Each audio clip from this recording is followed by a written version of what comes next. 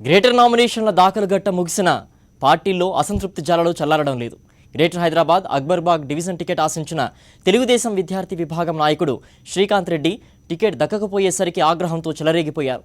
అనుచరులతో కలిసి పార్టీ ప్రధాన కార్యాలయం ఎన్టీఆర్ ట్రస్ట్ భవన్పై దాడికి దిగారు. పార్టీ ఫ్లెక్సీలు చించేసి బీభత్సం సృష్టించారు.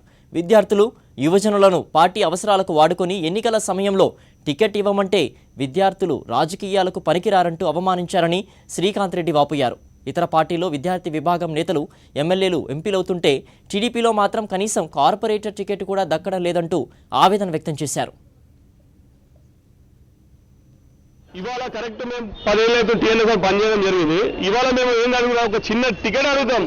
ఇవాళ ఆ టికెట్ అడిగితే మీరు విద్యార్థులకే పని ఉంటున్నాం, మీకు కార్పొరేట్ టికెట్ అవసరం లేదు, మీరు ఓన్లీ పని చేయాలి, మీరు పని చేయడం వరకే, మీకు ఎలాంటి పదవులు ఇవ్వము, మీరు గొడ్డి చాకరీ చేయాలి, మీరు అన్ని మీతో అన్ని పని చేసుకుంటాం, ఇవే చేయండి. నేను ఒకటే చెప్పిన, విద్యార్థి నాయకుల డబ్బులు ఉంటాయా?